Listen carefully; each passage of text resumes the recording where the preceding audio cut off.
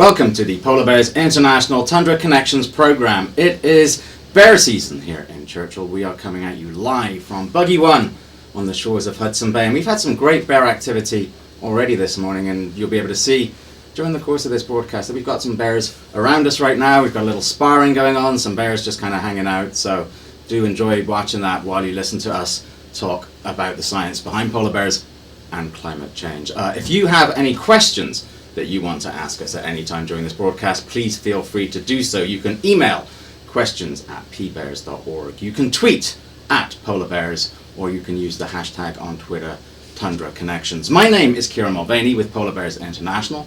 I'm the author of a book on polar bears called The Great White Bear, A Natural and Unnatural History of the Polar Bear. But I am not the expert here. I am joined by two people who most definitely are. To my immediate left, Dr. Katharine Hayhoe. She is the director of the Climate Science Center and a professor at Texas Tech University. And to her left, Dr. Stephen Amstrup, formerly the head of polar bear research in Alaska for the United States Geological Survey. He is now the chief scientist for Polar Bears International. And if you want a question answered on polar bears, Steve is your man.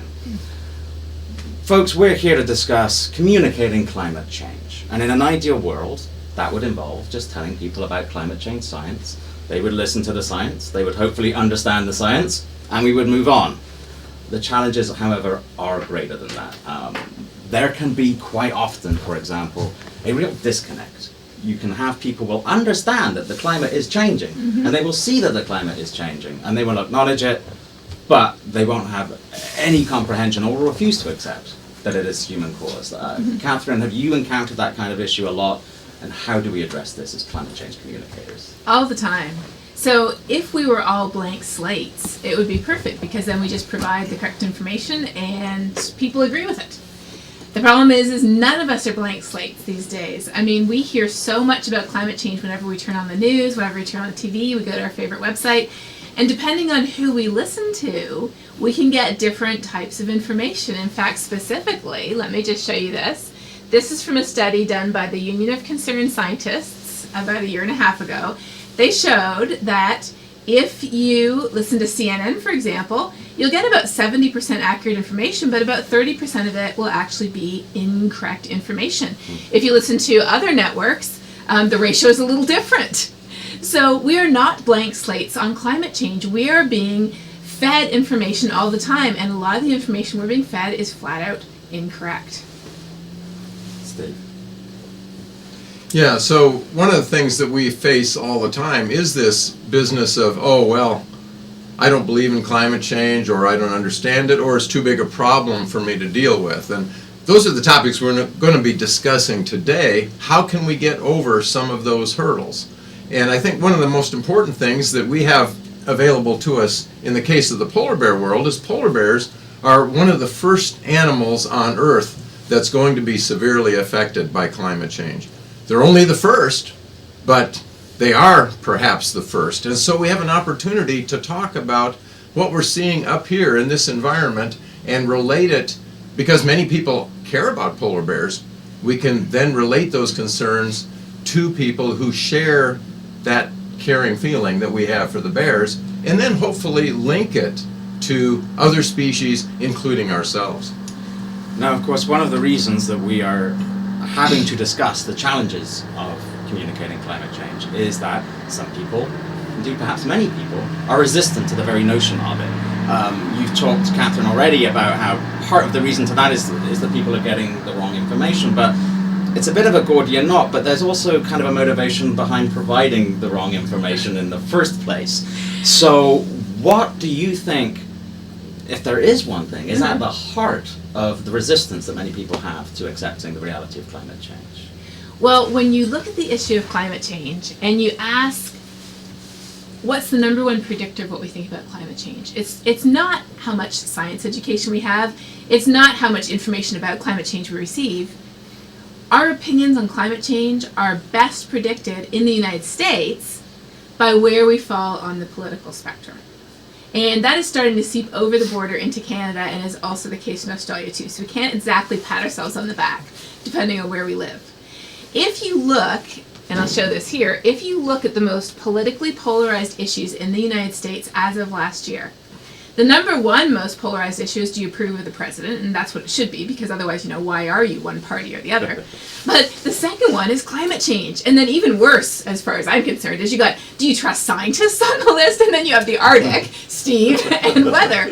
So why is it that climate change has become so politicized? It isn't because a thermometer is Democrat or Republican, or liberal or conservative, or certainly not NDP. It's because a thermometer tells you what's happening. But then you have a choice about what to do about it. And that's where the solutions come in. And climate change is what they call a tragedy of the commons. In other words, as individuals, we don't have the incentive to fix it just by ourselves as individuals. We have to all work together. But working together often implies policy solutions. Policy solutions often imply government action. And government action is something that, it seems like half the country would rather cut off their right arm than lead to any more government action that already exists. And so the issue is that we have not been offered solutions that are politically palatable to people on one half of the field. And that's what a lot of people are working on now. I shouldn't say we aren't being offered now. We haven't been. And so a lot of people have felt like it couldn't be real, because it's a lot easier to say it's not real than to say it is real, but I don't want to do anything about it. Right. It's a fascinating social science issue, really, isn't it? To see the way that people, if they get information that is just so fundamentally threatening to their worldview, that it's just easier to go la la la la la. We all do that. Yeah. In fact, not only has the social science showed that our real objection is to the solutions, not the science, social science has also showed that if any of us are presented with any type of issue or challenge, but we're not given a solution to that we can physically, we can agree with and we can adopt, our acceptance of the reality of the issue is almost nil. So in other words, as humans, we can't cope with understanding something and saying, oh, this is a huge issue, if we don't feel like there's anything we can do about it. I mean, Steve, that's a huge hurdle to try to overcome. I mean, people all of us, we like to talk in terms of science and facts and put that forward, but when you're confronted with somebody who, say you've given a talk and someone might have sat through your talk and heard what you had to say and still is resistant to the notion of climate change, how do you deal with somebody like that? Well, it is really a challenge, and one of the things that I often say about it is that climate change, global warming, it kind of turns our general notions about management on its head. Because if you think about managing polar bears, we have seen recovery in many polar bear populations over the last 30 years because they were diminished by excessive hunting. We could go out on the ground, we could set hunting regulations and limits, and it was sort of us doing and working with the people who are actually on the ground interacting with bears to make the change. But climate change requires all of us to work together. And this gets to the point that Katharine was making, that it involves policy, it involves some higher level leadership. There's a statistic out there that says, well, if everybody in the United States did what they could in their own home by turning their thermostat down and that sort of thing, driving less, that we could save the greenhouse gas emissions of France. So we could, just by doing that, save as much as the total emissions of the whole country of France. But how are we going to do something like that if there isn't that higher level leadership? Right. So it becomes an issue whether you're concerned about polar bears or whether you're concerned about people who may be losing their homes to coastline flooding. The important thing is that we all have to do it, and the only way we're all going to have to do it is if we have high level leadership. And it's perhaps one of the things also that's important to touch on that point, it's important to put across to people that sometimes they don't understand, is they might feel that, say, anthropogenic climate change is separate from everything else. So you believe in anthropogenic climate change, does that mean you don't accept that climate naturally varies, or polar bears can still be affected by climate change and by hunting, for example, and they can be recovering from hunting but still be at risk from climate change? There's a complexity that perhaps sometimes people are resistant to. Oh yeah. Well, I mean, first of all, though, if someone asks me if I believe in climate change, my answer is no. Right. I don't believe in it because it's not something to believe in. Yeah. I mean, you can believe in gravity or you can not believe in gravity, but if you step off the cliff, you are still going down. Right. So in the same way, oh, look, there's a polar bear right outside the window. Isn't that? They want to hear what we're talking about. Yeah, look at that. They're coming right over to take a look. Yep, there's the bear cam right there. Yeah, you there can see you go. him. Their ears are burning out there. That's the guy right outside the window right now. Unfortunately, we haven't yet worked on the polar bear to English translation. Right. So they're very quiet. Maybe next year. Yeah, next they're year very reserved. Yeah. Yeah. So when you look at climate change, you see that there's over 26,500 indicators of a warming world all around the planet, and polar bears are just one of them. I mean, we see all kinds of species shifting poleward, shifting sometimes up the mountain, which means there will eventually be nowhere for them to go.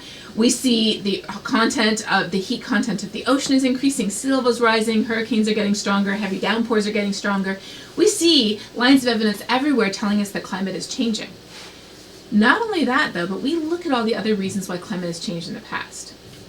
And we know that there have been natural cycles in the past. And when we're talking to people about climate change, and this is something both Steve and I do, we have to tell people, look, we know that climate is extremely variable. And we know, we're going to pull you away from the polar bear here for just a second. We know that our climate goes up and down like this. And in fact, I live in Texas. And so when I talk to people, I say, well, this is normal climate. And then this is Texas climate. So we know that we see heat and drought and wet and cold spells, but the issue we're talking about now is what happens if that changes. What happens if instead of all averaging out in the long term, and what happens if instead of all occurring within the same range of natural variability, this pattern starts to tilt, starts to change, and even if the variability gets broader. That's the type of changes that we're seeing because of human activities. We know that today, if our planet were being controlled by natural factors, it would be getting cooler today, and instead we're getting warmer. Yeah, one of the things that's really interesting about these slides that Katharine just pulled up is that we are still able to talk about whether or not this is part of the natural cycle. And there's this big debate, oh, well, can this storm be attributed to global warming or not?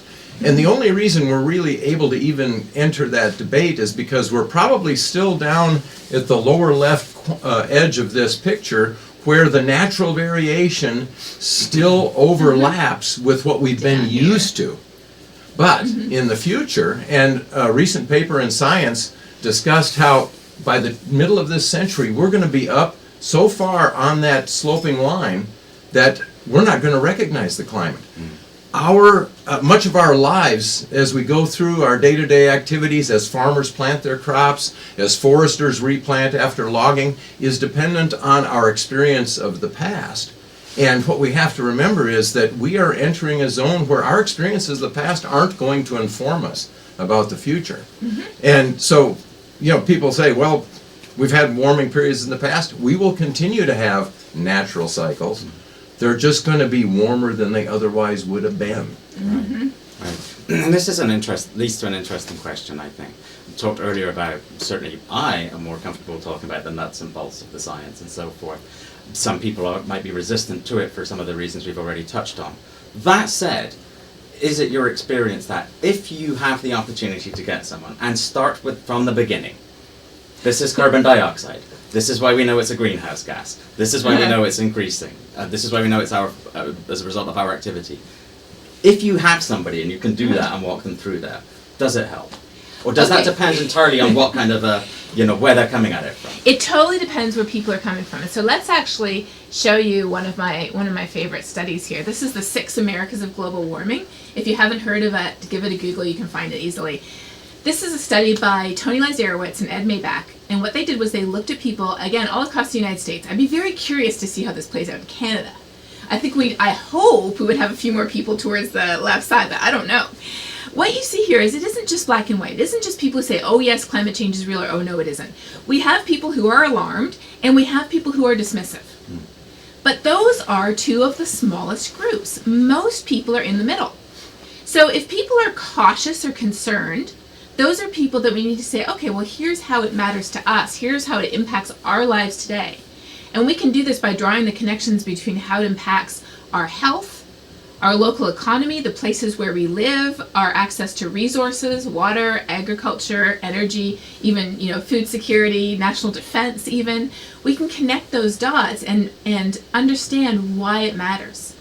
But for people who are disengaged or doubtful or even, and not so much dismissive, but in the more disengaged, doubtful, and even the cautious category then, again, we don't just start with the science, we got to start by connecting. Why do we care about this? So we have to figure out, what do I genuinely care about? Not faking it, but real.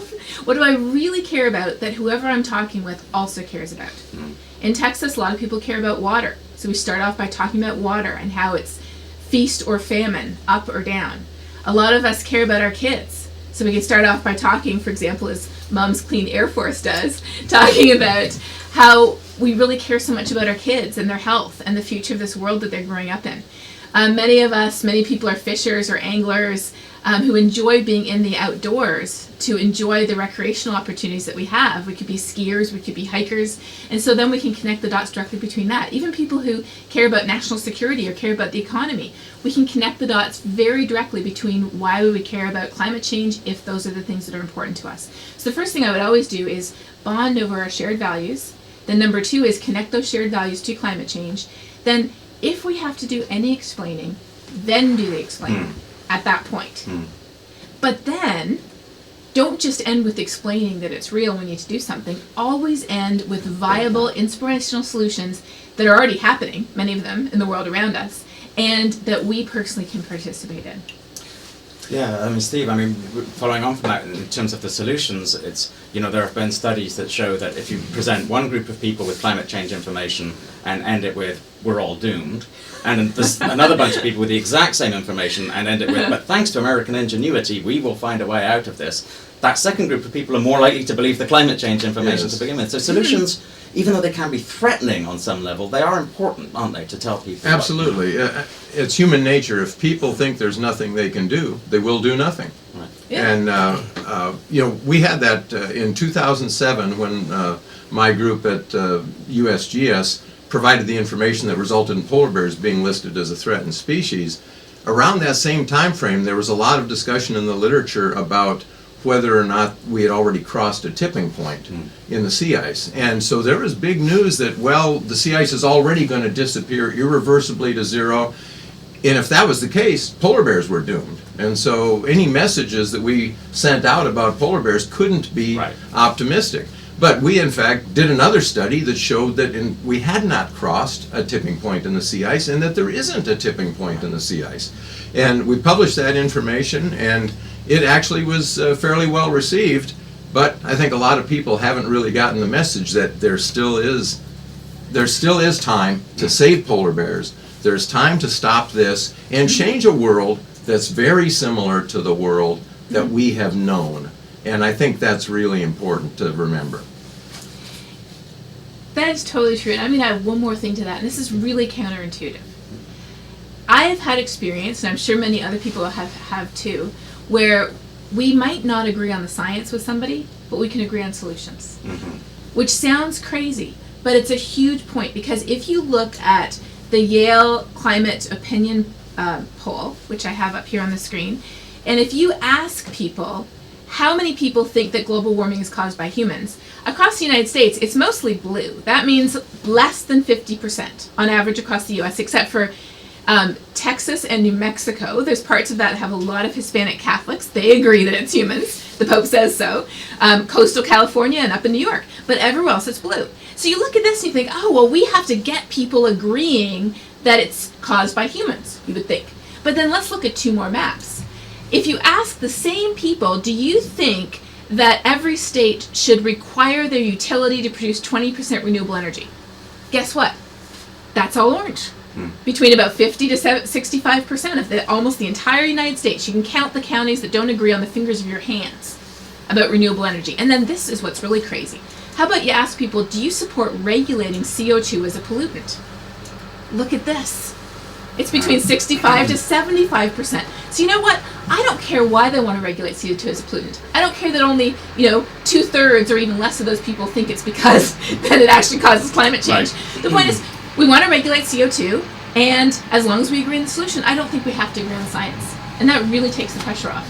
Here's an interesting one to get back to the science a little bit that someone has sent in, which I think is a really interesting one, and we've talked about this. And the question is, in communications generally, we defer to trusted sources for our information. Why is it that with climate and wildlife, science and scientists are not trusted by some? Yes. Well, that goes back to that figure we saw, that how do you trust scientists is one of the most politicized issues in the United States. How has that happened? It's because we are often the people talking about this issue, and it's gotten to the point now where you are on the political spectrum is the best predictor. of what our opinions are about climate change. So if those scientists are saying it's real, and if we know that we cannot possibly be who we are because it's an identity issue, and say it's real, then why would you trust the scientists? I don't know. What would you say, Steve? Yeah, well, I think that's really the issue. And as we were talking earlier, if we'd have done that survey 30 years ago, we wouldn't have seen, it wouldn't even have been on that histogram. The distrust of scientists was not there. Scientists were very trusted. I mean, think of the Apollo project. Everybody in the nation got behind the scientists, thinking we were going to go to the moon and could trust that the scientists could bring us there. We have lost that. We have to somehow reclaim that. And that's sort of the topic here, is how can we get back into people's heads and recognize that we all share. Whether we're a scientist or whether we're a truck driver, we all share this earth together, and we all share many interests together. And how can we work together to save it? And that's really interesting, because I was just at the American Association for the Advancement of Science directly before I came here.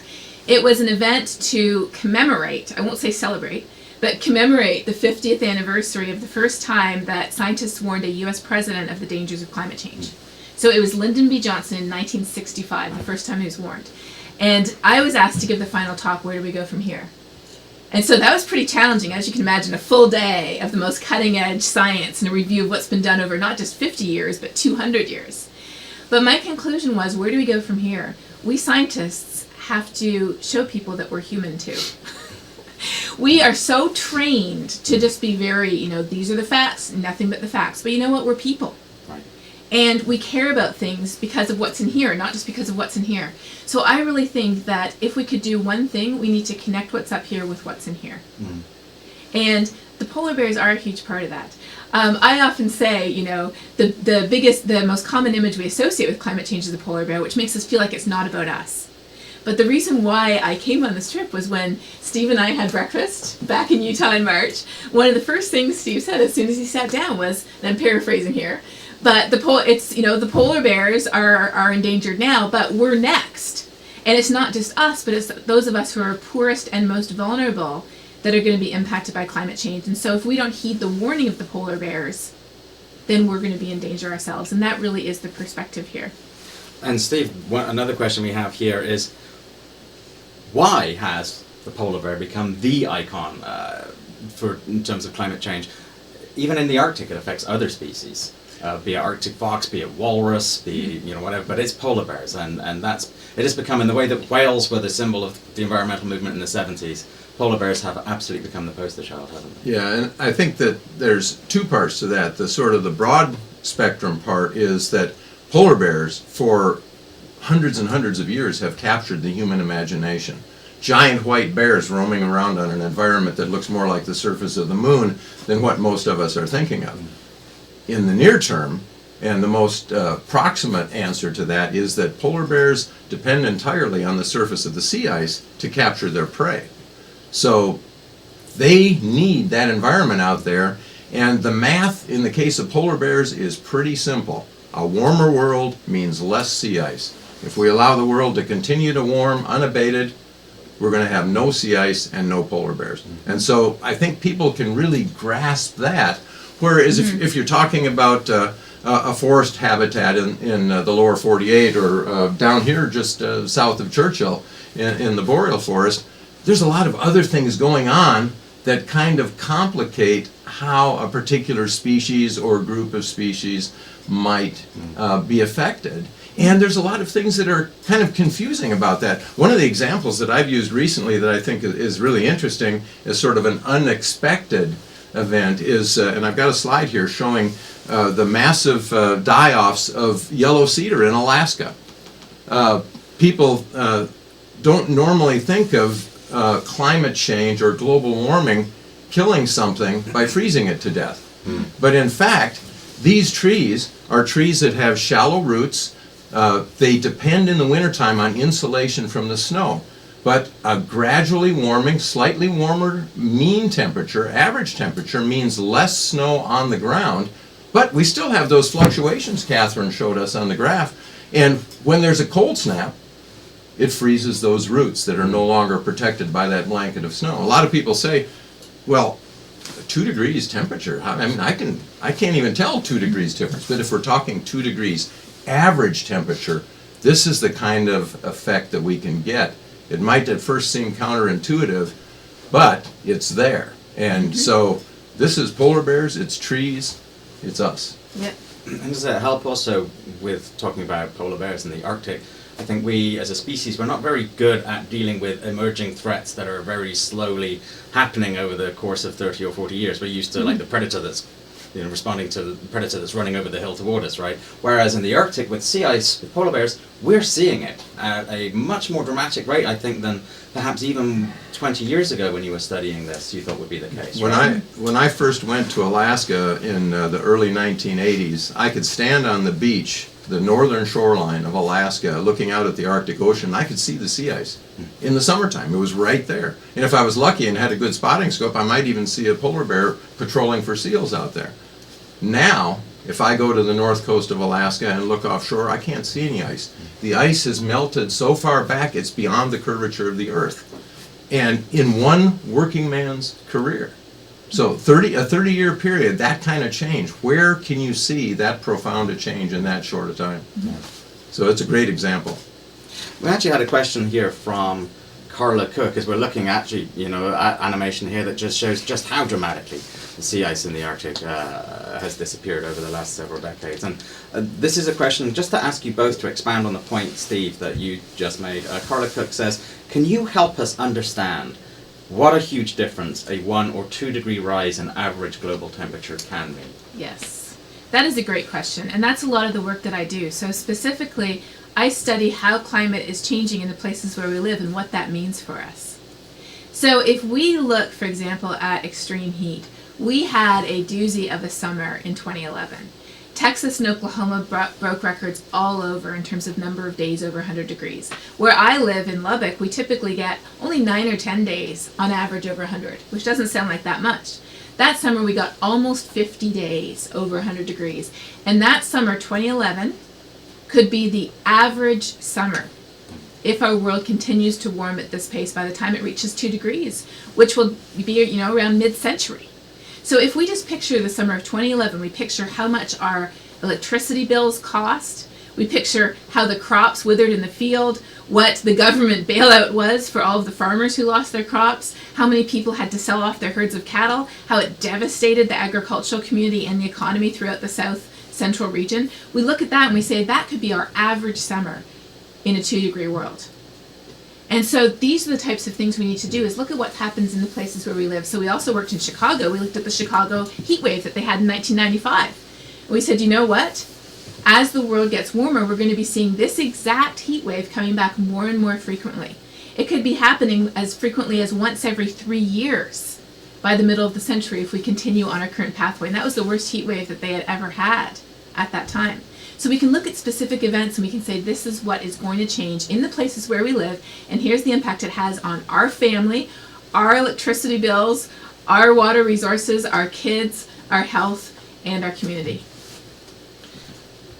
I think I know the answer to this because it comes back to something you've talked about. We've had a question in here from Todd Elvins who asks, are there climate communication lessons to be learned from the very successful campaign of climate doubt and misinformation? And I think this comes back to what you were saying about knowing who you're talking to and being able to identify with them. Absolutely. I would say that we scientists are the most untrained people in communication, or at least we used to be. So we went in with this attitude, like we talked about at the beginning, that, oh, well, all we have to do is tell people the correct information, and clearly everybody will agree with us because that's the way we scientists operate, right? Well, guess what? That is not the way we work as humans. And so what we've learned is that there's a lot of really good information on how to communicate, on how to make things relevant, on speaking again from the heart, not just from the head with cold, dry facts, that we can certainly learn from. It's taken us a while to recognize that just telling people the right information isn't going to work. I've often talked about how, the scientific response is, let's write another report. And another report, and maybe a report with colored graphics, or maybe we could even do some animations this time.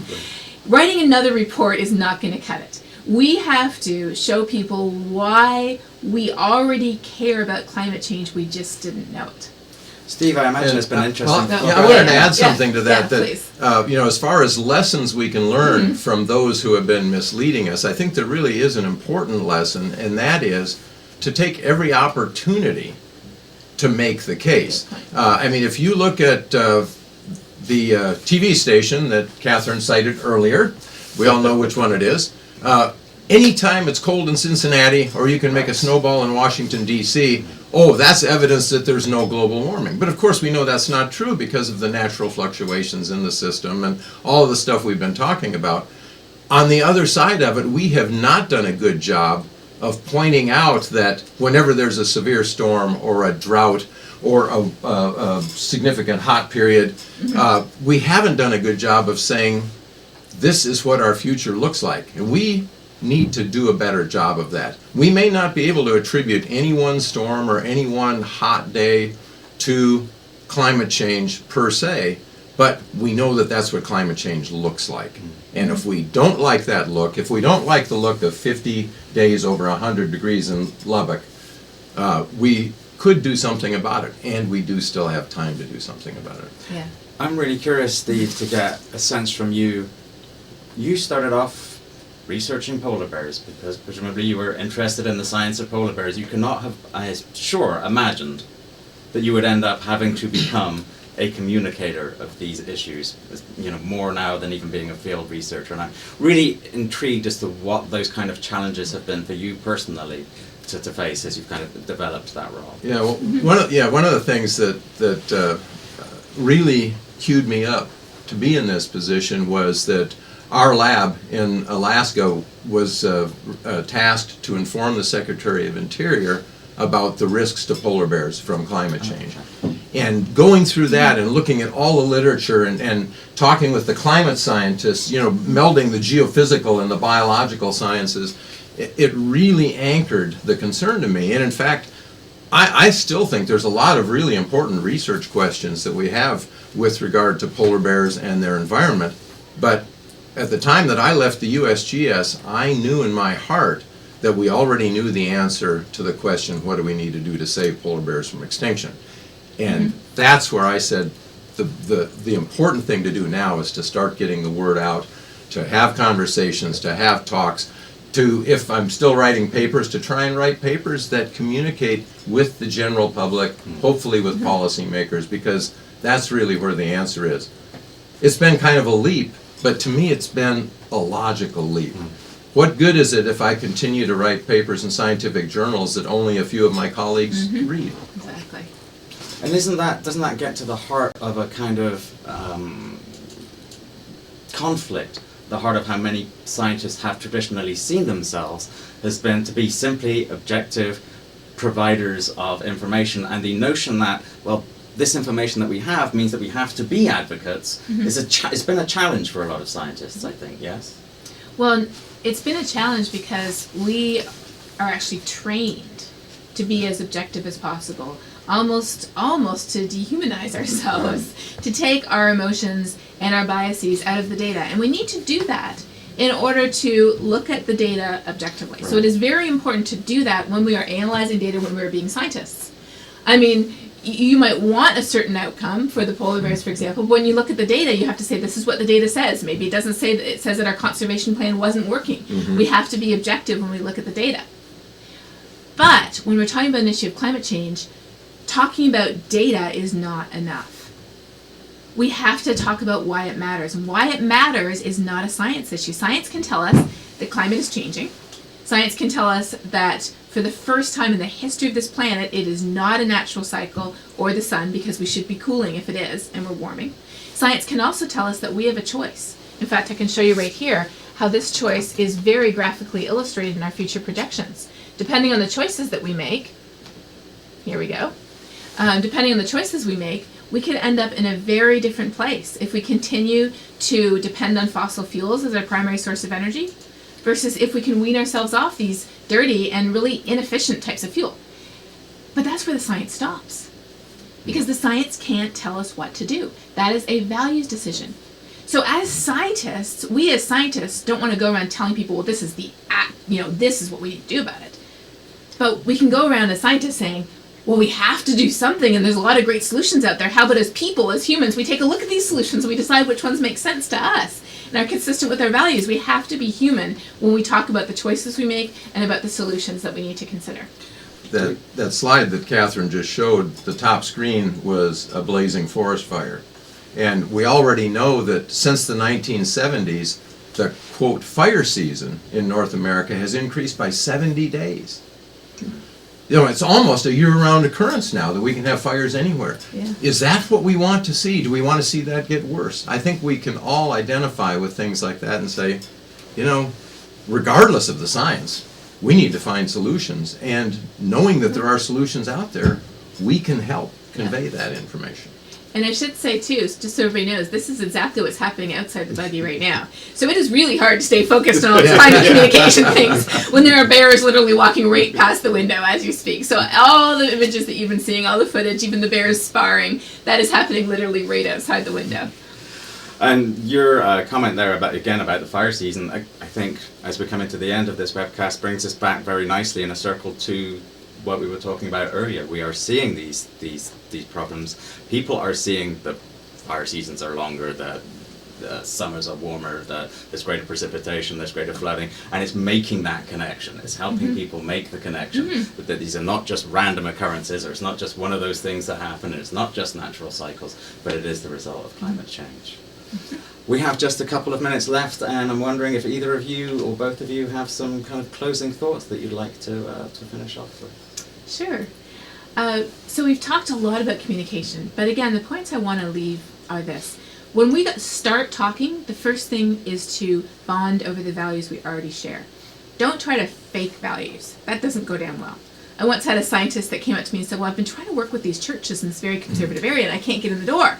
So I said, well, what denomination are you? And he said, oh, well, I'm an atheist. I said, well, why are you trying to work with churches? So work with people who you have real values that you really share with them. Connect those values to climate change. If you need to do any explaining, do that third, and then end with inspiration. Did you know that Texas is breaking records in terms of how much wind energy it's generating? It broke a record of 38% just this past month. Did you know that cities around the United States and the world are preparing for a changing climate? Did you know that they're putting green roofs on buildings in Chicago, and that there's churches that are putting solar panels on their roofs and sharing that power with the people who live around them in their neighborhood? There's all these amazing stories we can tell people of what's already happening, and then we can provide examples of what people can do today in their lives. Yeah, and to add to that, I think it's really important whenever you're dealing with somebody, try and understand where they're coming from and what their particular values are. I was recently talking with some people at a ski swap, a fundraiser for the local ski area.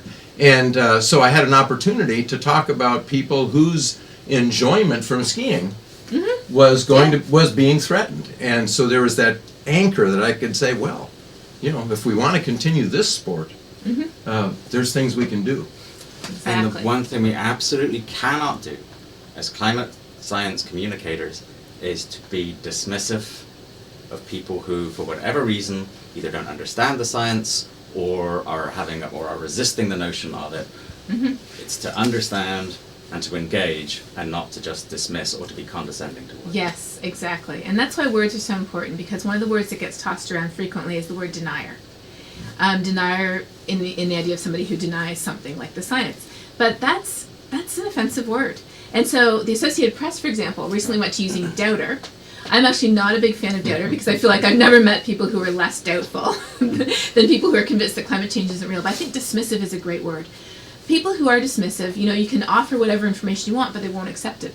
But we don't want to be dismissive either by dismissing people who don't agree with us. The whole idea about this is that climate change is not an issue that only green tree huggers need to care about. And climate change is not an issue where we have to become tree huggers to care about. If we're human, if we live on this planet, if we want to make sure this planet continues to support human existence in the way that we are used to, a healthy environment, a flourishing economy, a safe place to live, and for our kids to grow up, then those are the only values we need to care about climate change. And I think one of the really important things is to look at what the benefits will be of taking action. In the part of the world where I live, timber production is really important. it can become ever more important in a low carbon economy. A lot of things come from the wood product industry we used to use. Like rayon, for example, was replaced by nylon. We can go back to rayon because it comes from trees which are renewable and sustainable. So there's a lot of things like that that we can offer to local people, and when we're having conversations with our friends and neighbors, that will really help further this along, because everybody cares about their future and the future of their kids. And I think one thing, finally, as a final thing, that it behooves us all to be cognizant of, I think, is that as people have gotten access to more information, as we have done, this is the information age, we've all become increasingly aware that it's a strange and frightening and complicated world out there, and there aren't very many easy solutions to a lot of complicated problems. And a lot of times, people just don't want to hear these tremendously difficult issues that, and so being able to provide to say, well, no, we do have a future here, and we can do this, and here are solutions. And not only are there solutions, the solutions can be very positive and can lead to a very positive future, is important to say. Yep, exactly. Well, thank you very much, everybody, for tuning into this webcast. As you will be able to tell from some of the footage that we've been showing you, it is Polar Bear Week. So do continue to keep up to date with our activities by going to polarbearsinternational.org. Also, check out the Polar Bears International Facebook page and Polar Bears, @PolarBears on Twitter. You'll not blame us, I'm sure, if we feel that we want to take in some of this polar bear activity that's taking place outside Buggy One right now. So thank you very much indeed for all your comments, for everything that you've contributed, and for your questions. We hope this has been very helpful. Do continue, as I said, check in polarbearsinternational.org to see what else we have coming up on our Tundra Connections webcasts and other activities during Polar Bear Week. For Dr. Stephen Amstrup, for Dr. Katharine Hayhoe, for all of you out there, thank you very much indeed for joining us. I am Kieran Mulvaney. We look forward to seeing you next time.